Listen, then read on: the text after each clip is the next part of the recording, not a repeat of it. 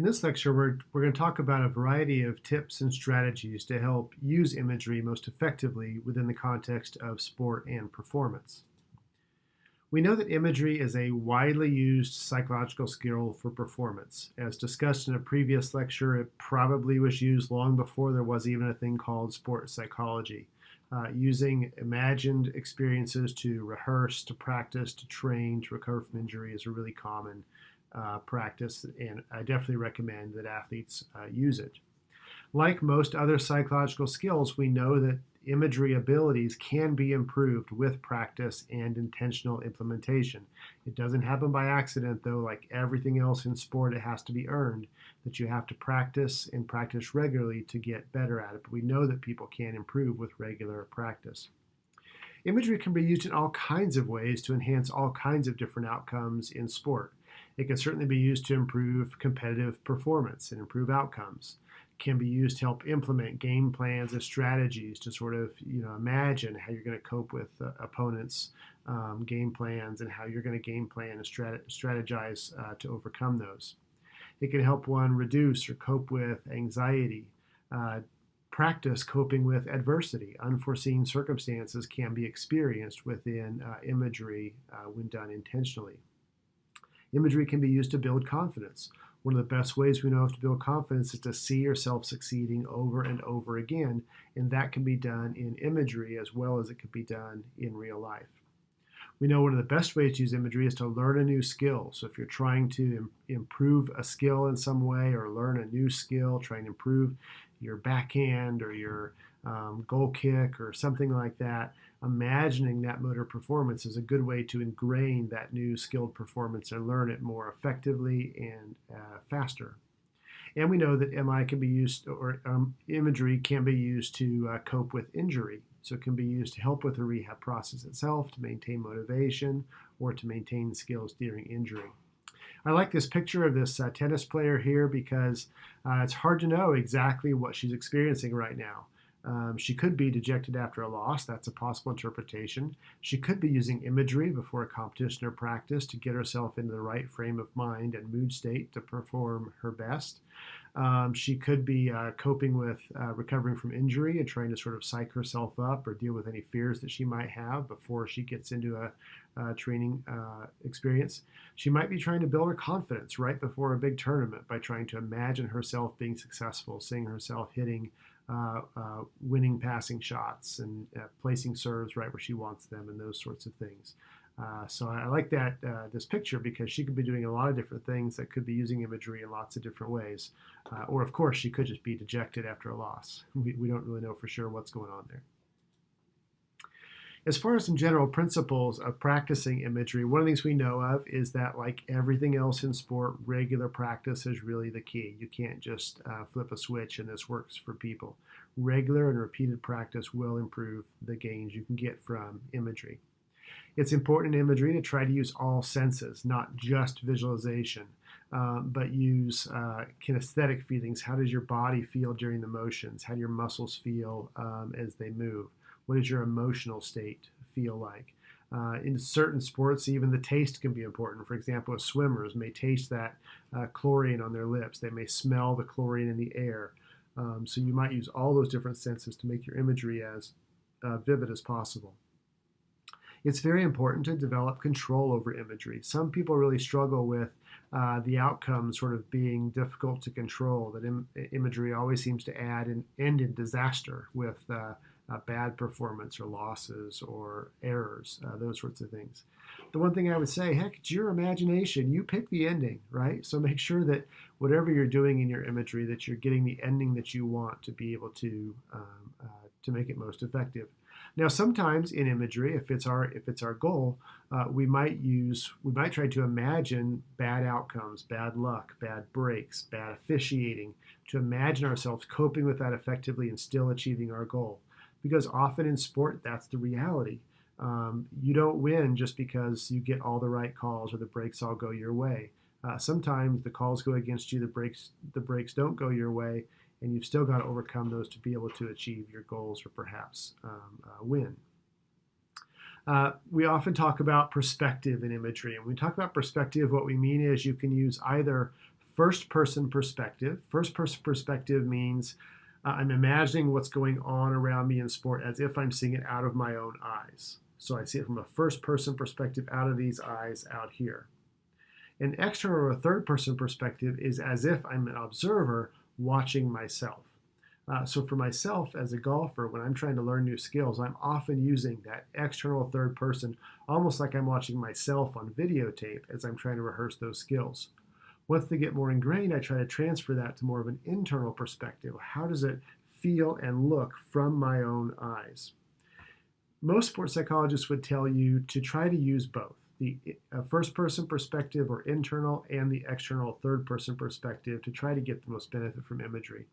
However, I would tell you this, and a sports psychologist friend told me years ago, hey, if I can get athletes to close their eyes and I can see their eyeballs moving, they're imagining something, that's good enough.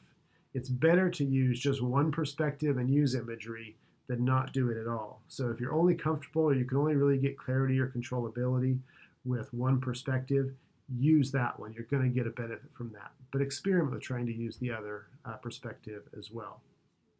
We also know that imagery is often more effective when it is paired with a relaxation strategy. People often find it's easier to have more focus, more vividness, more controllability when their body's in a more relaxed state. So you may find it useful in your own use of imagery to practice some sort of relaxation exercise. We'll talk about some of those elsewhere in the course that you might be able to use to pair with imagery to make your imagery practice more effective. Some other things we know about using imagery. As I mentioned earlier, you can practice coping responses. Imagery doesn't always have to be about success. It can be about seeing yourself have roadblocks, stumble, have failures, bad breaks, bad officiating, all the things that can go wrong. Yet imagine yourself trying to cope with those effectively.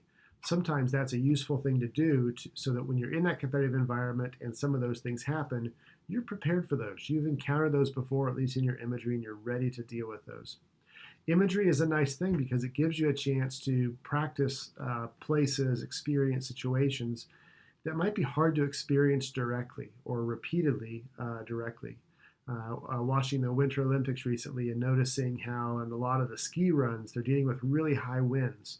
Well, that's something that probably the best performers have used in their imagery themselves. How am I going to cope when the weather isn't ideal? That'd be a great example of using imagery to practice coping responses through imagery. We talked in a previous lecture about how important performance routines can be to limiting distractions and helping with focus. Well, often you can incorporate imagery into those pre-performance routines as well, especially in self-paced sports like golf or tennis or baseball, those kind of things.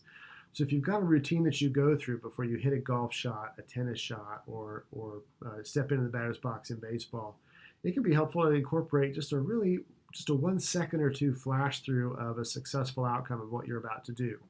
Hit that golf shot, serve it where you want to serve it, or make a really solid contact with a baseball swing. When you're using imagery to try to develop motor skills, it's important to try to use kinesthetic movement during that imagery. You don't always have to be sitting stone still or laying relaxed in a chair to be able to do imagery. If you watch really elite athletes, Olympic and professional athletes, they often will have their eyes closed and they're moving a little bit while they're doing their imagery. I was watching recently some figure skaters doing that as they were about to be called to the ice. And they were going through all parts of their different movements as they were imagining what their whole routine was going to be like. Saw the same thing with these aerial snowboarders and whatnot. They were at the top of the run, eyes closed, moving just a little bit as they imagined themselves going through these big tricks they were about to pull off on the slopes. It's also really helpful sometimes to use music in your imagery. Music is a great thing to kind of set the emotional tone. So if you're trying in your imagery to psych up or to psych down or relax a little bit, choose music really carefully to help create that emotional state within your imagery. It can also be really helpful to use imagery scripts, to actually record scripts that talk yourself through different kinds of imagery scenarios. We refer to these sometimes as guided imagery that can really help maintain focus and make sure you go from start to finish through an imagery practice like you want to have happen. There's a lot of things to think about to create the ideal imagery script. First, you want to think about why is a script being used? Is this to develop a skill, to improve confidence, to cope with adversity? The goal will determine the nature of the script you write and the kinds of things that you want to hear during that imagery practice. You want to think some about the where and when will the script be used. Is this something that's going to be used in bed at night right before you fall asleep? Is it going to be used on the floor right before competition begins? Is it going to be used during or after rehab? Because that's going to tell you how long the script should be, what kind of details you might put in there. You know, the kind of script that you might do before you fall asleep in your bed at night might be 20 minutes long as you talk yourself through a whole, maybe a whole match or game or something. Whereas right before a competition, you might just be focusing on building confidence and emotion. And it might just be shorter, fewer words, more music, that sort of thing. You also want to think about what the content should be, and that's going to depend entirely on what the goal is. Again, if your goal is to help with rehab or build confidence or practice a new skill or something, you're going to want to really make sure the content reflects what it is you're trying to accomplish. And also, we know there's lots of individual differences. Some people like very few words in their scripts, maybe lots of music. Other people like lots of words, like talk me through every detail. It helps me make it more vivid. You know, tell me everything I want to do, almost like a director of a movie set explaining to the actors exactly what they want to see happen. Some people like lots of words and direction. It's really up to you or the individual athlete who the script is for. The cool thing is with technology today, there's lots of cool apps out there, or things like GarageBand in the Mac environment for being able to create recorded scripts, mix them with music, add all kind of cool sound effects. You can do all kinds of cool stuff with technology today, but scripts are often very helpful for effective imagery practice. Now, as far as imagery during injury or rehabilitation, there's lots of different ways that imagery can be used to improve recovery from injury and facilitate return to action after the injury. We know that imagery can help during the healing process to maybe shorten the healing time and make healing more effective. We know that blood flow for most injuries, especially orthopedic injuries, is really important for effective healing. One of the things you can do in imagery is you can try to imagine the site of your injury, say it's your knee or your ankle or something. Try to imagine that bright red and warm or hot to the touch, and your body will actually respond to that by adding more blood flow to that area. That can actually improve with rehabilitation, of course, only with doctor's approval. Imagery can also be used to cope with traumatic injuries. Sometimes athletes experience injuries that are just unexpected, really, really painful or difficult injuries. And those can create kind of traumatic memories that can make it difficult to return to competition or create a fear response or hesitation when they return to competition. One of the things we know from lots of psychology of trauma is that avoiding thinking about it often makes it worse.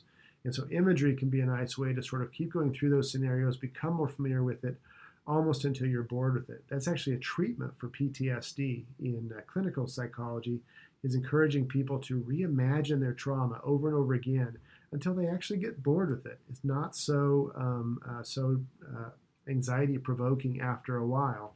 That can be really helpful for athletes who've experienced a traumatic injury. And we know that sooner or later when rehab ends, you may be able to return to action, return to competition or training. And imagery can be really helpful to sharpen skills. If you're in a team sport, you can use imagery to imagine yourself back in the mix and responding to your teammates and moving with your team and those sorts of things. If you're in an individual sport, you can practice those individual skills in your mind so that when you're back out there with a chance to perform again, it's not as foreign as it was, and you'll be able to pick it up a little bit more quickly. So in summary, imagery is a really important psychological skill for excellent performance. It definitely can be improved with practice. There's lots of strategies we've talked about to use imagery more effectively. And if you're trying to use imagery, I encourage you to try several of those different strategies. It's important to match the goal of your imagery to the different kinds of imagery that you might do and make sure that whatever you're doing with imagery is a really close match for the goals you're hoping to produce as an outcome for the imagery. And we know that in many cases, imagery can be a help for people who are coping with injury to improve rehabilitation and facilitate that return to action.